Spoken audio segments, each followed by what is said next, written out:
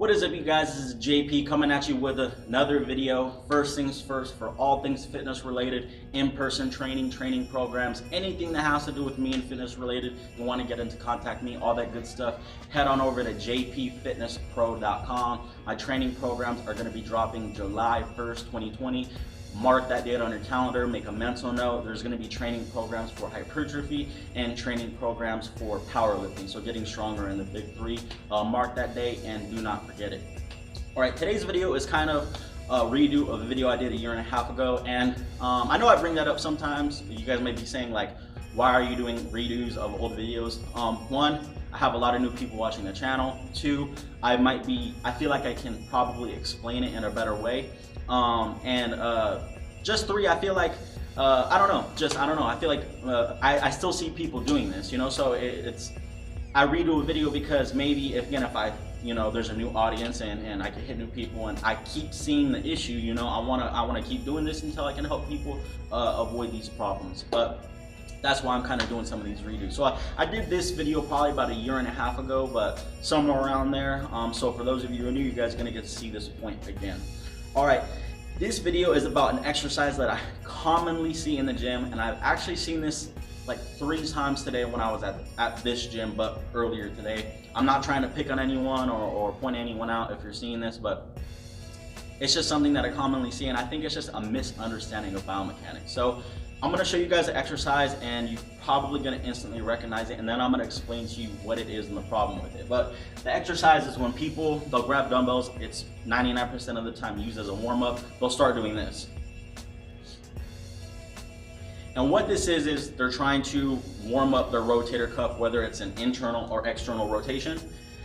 And it's typically used for a warm-up of the rotator cuff. Now, the main issue with that is you have to think of let's first talk about, okay, again, the muscles of the rotator cuff. The muscles of the rotator cuff are the subscapularis, which is in the front, right here. And then you have 3 more muscles, the supraspinatus, the infraspinatus, and the teres minor, right on your upper back, so right around here. Now, again, obviously, internal rotation is rotating your humerus inwards, and external rotation is rotating your humerus outwards. This can look different depending on the position of your humerus. So again, internal rotation, external rotation, internal rotation, external rotation, and the same thing here is external rotation, internal rotation. So just because my arm might be abducted or adducted doesn't mean that, it can still be internal or external rotation. So just kind of remember that in your head and just note that it may look a little different, but there still might just be the same internal or external rotation going on. Now, the main issue with doing a warm-up, again, like so, is that you have to think of the direction that the muscle fibers are contracting, and you have to apply the resistance going in the opposite direction for you to be challenging that muscle group. Let's look at a bicep curl, for example. If we're doing bicep curls, think about it. The biceps want to contract, and they want to pull, just to be a little bit more technical, they want to pull the radius and the ulna up. They just want to pull your forearm up. That's essentially what's happening here. So they want to flex the arm. So because it wants to flex the arm, we put a free weight, which again, the resistance is straight down because of gravity, in our hand because it's directly challenging that action. So the action will be flexion of the arm. The weight is going to make it so that it's going to want to extend the arm, and we have to, contract the biceps to flex the arm against this resistance.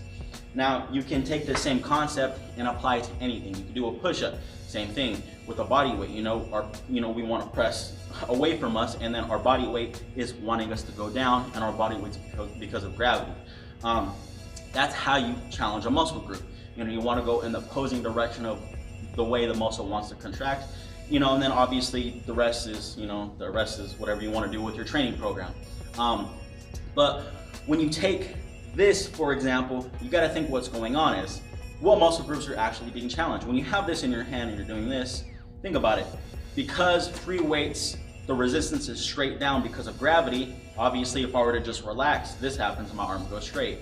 So what do I have to contract to keep this in this 90-degree angle here? I have to isometrically flex my biceps. So I have to statically contract them and hold that there. So my biceps are working.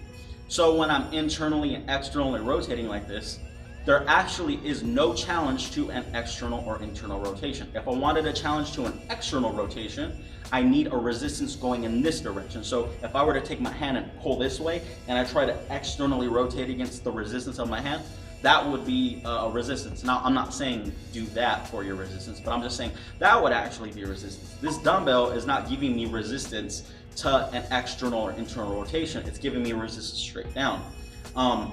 So I'm not really doing anything. So if I had to actually name that exercise, it would be an isometric bicep curl with a non-weighted internal and external rotation, because there's not really a challenge. So even though you are internally and externally rotating here, there is no resistance being applied to it. I mean, you might as well just do it with no weight, and you're just not challenging the biceps if you're gonna do that. Now, that's not a good idea either, because I just think that exercise done that way is just a shitty way to do it. Point blank, I just think it needs to stop being done. Here is a better example of how to do this exercise with cables. When you're doing it as shown, you can actually see that the external rotation is directly being challenged here. The weight's dragging my arm internally, so I have to externally rotate my arm to go against the resistance. So now the muscles of the rotator cuff, the supraspinatus, the infraspinatus, and the teres minor are actually being challenged because the resistance is going in the opposing direction. Now, it's not just with cables. You can do the same thing with bands. Bands, again, their strength curve is a little bit different, but you could do the same thing with bands. Wherever if you're at home or something. And again, you could do this in multiple different directions, but you get the point as shown in that clip that you want to apply the resistance in the opposing direction of whatever you're trying to do. And in this case, it would be an external or internal rotation. Or if you just have dumbbells and you don't have a cable at home, you could do it as shown in this clip here. If you just lay on your side, a simple change of your body can actually fix this problem too. Now when you're laying on your side like shown here, the dumbbell is obviously, the resistance is going straight down because of gravity, like I said earlier, and now that external rotation is directly being challenged because the dumbbell wants to force your arm into an internal rotation. So you have to forcefully externally rotate against the dumbbell or the resistance, and because of that fact, you are now challenging the external rotators of the rotator cuff. So again, when you think of it like that and you kind of say, okay, well, now the muscle groups are being challenged, when you look at this again, it's a pointless exercise. It's not a good warm up. If you have someone that you know is doing it, show them this video. If you're doing it, hopefully this was enough to convince you to stop doing it, and again, pick up one of the alternatives that I've shown you. If you guys have any questions, comments, leave them down below. I'll see you guys in the next video. Peace.